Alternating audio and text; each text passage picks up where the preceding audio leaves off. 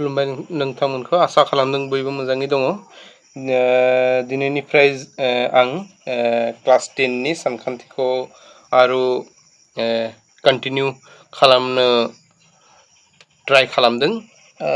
जिहेतु क्लास 10 नि सानखान्थिनि सिगांनि लेसनफोरा रिभिजन 1, 2, 3 आरो 1.1 निफ्राय 4.1 सिम बेफोरखौ सिगांनि भिडिअआव आं क्लास लादोंमोन। बेनि थाखाय दिनै आं 4.2 निफ्राय खालामनो नागिरदों। 4.2 आव माने एक्सारसाइज नाम्बार 4.2 मा दङ? 4.2 आव दङ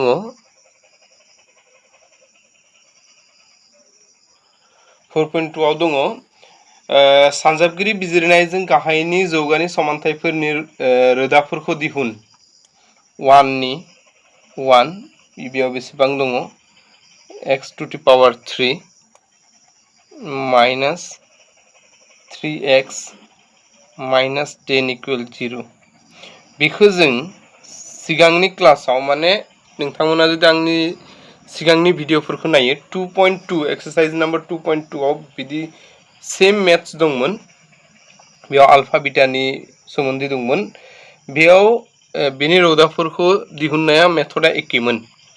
बेयावबो एखे सानजाबगिरि बिजिरनायनो बेयावबो सानजाबगिरि बिजिरनायखौसो जों खालामनांगौ। बेनिया मेथडखौ आं आरो खनसे बुंनो नागिरदों।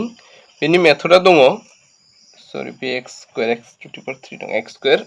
बेयाव जों बे सिगांनि माने x² जों थानाय अनजिमाखौ नायनांगौ। बेयाव बेसेबां दङ? जेबो गैया माने बेयाव बेसेबां दङ? 1 दङ। बे लास्टनि अनजिमाया बेसेबां दङ? 10 दङ। 1 जों 10 खौ सानजाब खालामगोन बेसेबां मोनगोन? 10। दा बेयाव बे गेजेरनि अनजिमाया बेसेबां? 3।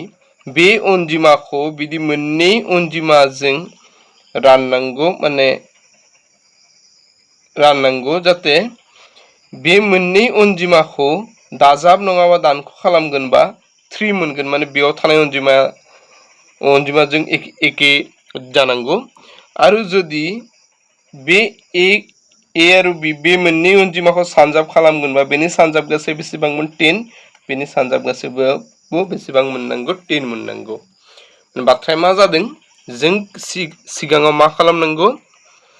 बे x² नि थादेर अनजिमा आरो दिदोम बिदाब लास्ट जायजों x, y, z जेबो थाया बेखौ जों नायनांगौ। बेजों बेखौ सानजाबनानै जाय अनजिमाखौ मोनगोन बे अनजिमायानो जागोन बेयाव। दा जों नायगोन गेजेराव बेसेबां दङ? 3 दङ। दा 3 खौ बिदि मोननै अनजिमायाव राननांगौ। जाय अनजिमाफोरखौ दाजाब नङाबा दानख' खालामगोनबा 3 मोननांगौ। आरो बे एखे अनजिमाखौ सानजाब खालामगोनबा बेनि सानजाब गासै माने 10 मोननांगौ। थ' बिदि अनजिमाया मामोन? बिदि अनजिमाया दङ 5 - 2। 5 - 2 बेसेबां जायो? 3 आरो 5 सानजाब 2 बेसेबां जायो? 10 जायो।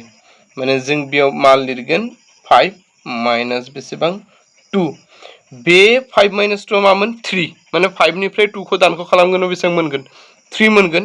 थ' बे 5 - 2 आ जादों 3। बे x दंमोन बे x खौ आं बेयाव लिरदों। बेयाव ब्रेकेटखौ मानो होदों? मानोना बेयाव मोननै अनजिमा दङ। दा बेनि उनाव माइनास बे 10 खौ 10 लिरनांगौ। बे लाथिख'। बेयाव माने नोंथांमोना कनफिउज जानाङा। बेयाव माने बुस्थु एखे दङ। x² खौ x² आवनो लिरदों। -10 खौ -10 आवनो लिरदों। बे माइनासखौ माइनासआवनो होदों। x खौ x आवनो लिरदों। जास्ट बे 3 खौ जों मोननै अनजिमायाव रानदों 5 आरो 2 जों। 5 निफ्राय 2 खौ दानख' खालामगोन बेसेबां मोनो? 3 मोनो। दा बे ब्रेकेटखौ जों ओपन खालामगोन। x² माइनास 5 जों x खौ सानजाब खालामगोन बेसेबां जागोन? 5x। दा बेजों बेखौबो सानजाबनांगौ। माइनासा मा जायो? प्लास जायो। 2 जों x खौ सानजाबनांगौ 2x। माने बे x खौ बेजोंबो सानजाबनांगौ बेजोंबो सानजाबनांगौ। बेनि उनाव बेयाव बेसेबां दङ? -10 सिगांनिफ्राय दंमोन। बे -10 खौ -10 आवनो लिरनांगौ। इकुवेल बेसेबां? 0। दा जों बेखौ नायगोन बेयाव बेखौ बिदिबो खालामनो हायो आरो जुदि नोंथांमोना बेयाव जुदि कनफ्यूज जादोंबा बेखौ आरो एसे माने गुवारै आं नोंथांमोनखौ बुजायनो नागिरदों x स्क्वायर माने x बेसेबां दङ मोननै दङ माइनास 5x माने 5 मोनसे x मोनसे 2 2 मोनसे x मोनसे दङ माइनास 10 माने बेसेबां 5 सानजाब 2 बेसेबां जायो जि जायो बेयाव लाथिख' दा जों जुदि बेयाव नायोबा बे मोननैखौ जुदि नायोबा बे मोननै बाहागोआव मा जादों बेयाव x जों बे x जों मिलायदों नंगौना तो जाय बिदाबा मिलायो बेखौ बेयाव लिरनांगौ जिहेतु x मोनसे मिलायदों मोनसे x खौ बेयाव लिरनांगौ मोननै नङा दा मा मिलायाखै बेयाव x मिलायाखै बेयाव 5 मिलायाखै बे x खौ आं लिरदों बे 5 खौ आं बेयाव लिरदों गेजेराव मा दङ दानख'खौ बेयाव होनांगौ ओमफ्राय ब्रेकेट क्लोज बेनि उनाव बेयाव मा दङ प्लास दङबा प्लास होनांगौ दानख' दङबा दानख' होनांगौ दा बेनि उनाव जों नायनांगौ बे मोननै बाहागोआव मा मिलायदों बे 2 जों बे 2आ मिलायदों बे 2 खौ आं बेयाव लिरबाय ब्रेकेट होदों मा मिलायाखै बेयाव x मिलायाखै बेयाव 5 मिलायाखै ब्रेकेट होबाय गेजेराव मा दङ माइनास होबाय इक्वल बेसेबां 0 दा जों नायनांगौ ब्रेकेटनि राशिफोरा एखे जादोंना जायाखै बे x - 5 बेयावबो x - 5 जिहेतु बेयाव ब्रेकेटनि राशिफोरा एखे जादों बेनि उनाव जों मा खालामगोन बे ब्रेकेटनि राशिफोरखौ मोननै नङा मोनसेखौ आं बेयाव लिरगोन माने बे मोनसेखौ आगसार लादों बेयाव दा बेयाव ब्रेकेट होगोन बे x आ बेयाव फैगोन बे प्लस 2 खौ बेयाव लिरनांगौ बे x आ बेयाव फैदों बे 2 आ बेयाव फैदों दिस इक्वल 0 बे मोननैनिफ्राय मोनसेखौ बेयाव आगसार लादों दा बेयाव मा दिहुननो होदों बेनि लाथिख'फोरखौ दिहुननांगौ माने बे मोननैखौ सानजाबनानै जिहेतु 0 मोनगोन बेयावनो बुंदों सोंथियावनो बुंदों तो बे 0 जागोन नङाबा बे 0 जागोन बेखौ जों जुदि खालामोबा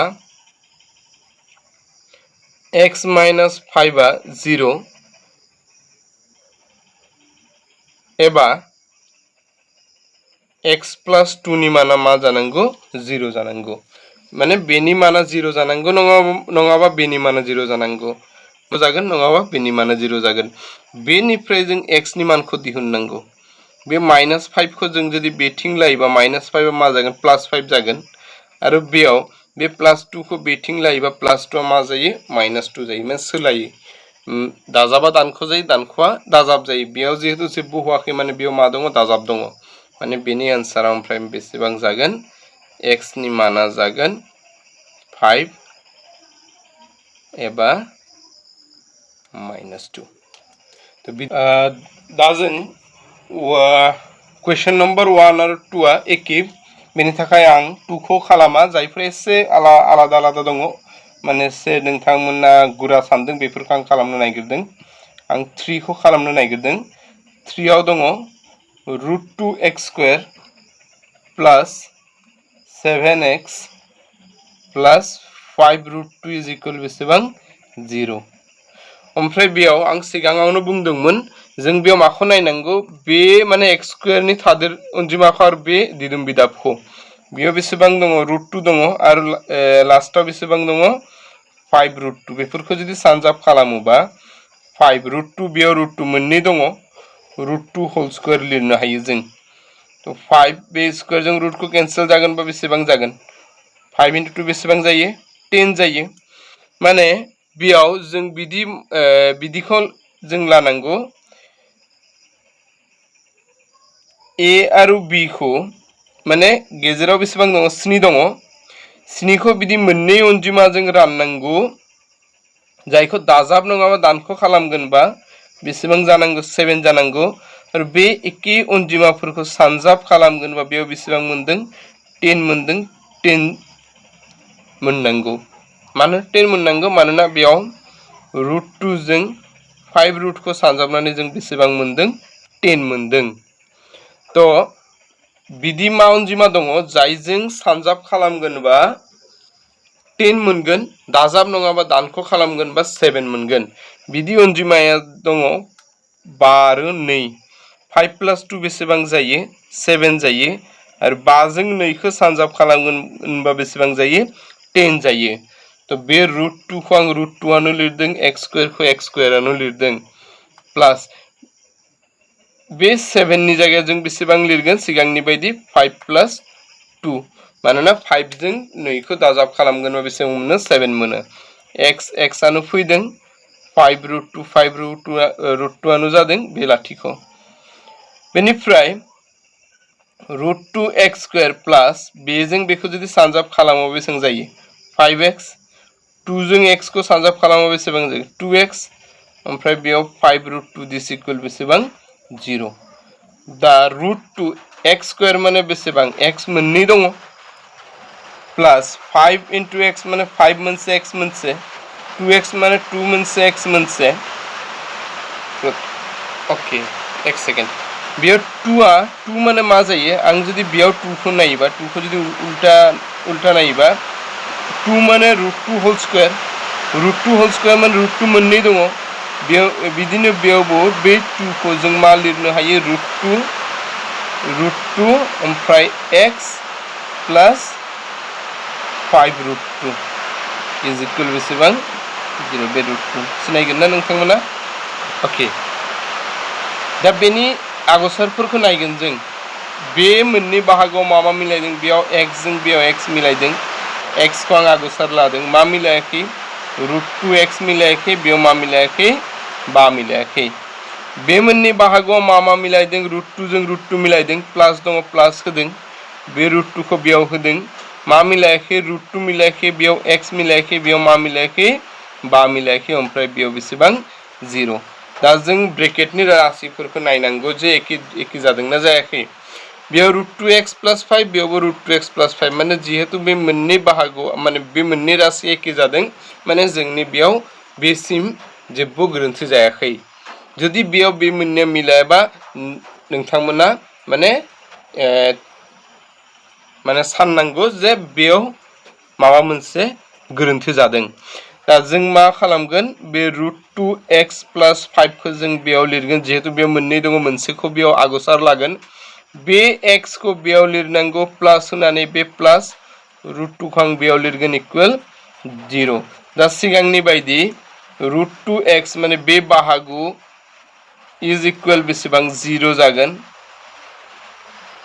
एबा x + √2 इक्वल बेसेबां जागोन 0 जागोन तो √2x 5 + 5 आ बेथिं फैगोन मा जागोन -5 जागोन दा x नि माना बेसेबां जागोन -5 जिहेतु √2 x जों सानजाब जादों बा बेयाव मा जागोन राननाय जागोन बिदिनो बे √2 आ बे प्लास √2 बेथिं फैगोन बा मा जागोन -√2 प्लासआ माइनास जायो माइनासआ प्लास जायो सानजाबा राननाय जायो बेयाव सानजाब जादोंमोन बेनि थाखाय बेयाव राननाय जादों माने जोंनि एन्सारा जागोन x नि माना बेसेबां -5/√2 आरो -√2 तो बिदिनो नोंथांमोना खालामनो हागोन नेक्स्ट क्लासाव आं बेनि आरो मा दङ बेफोरखौ खालामनो ट्राइ खालामगोन गोजोन्थों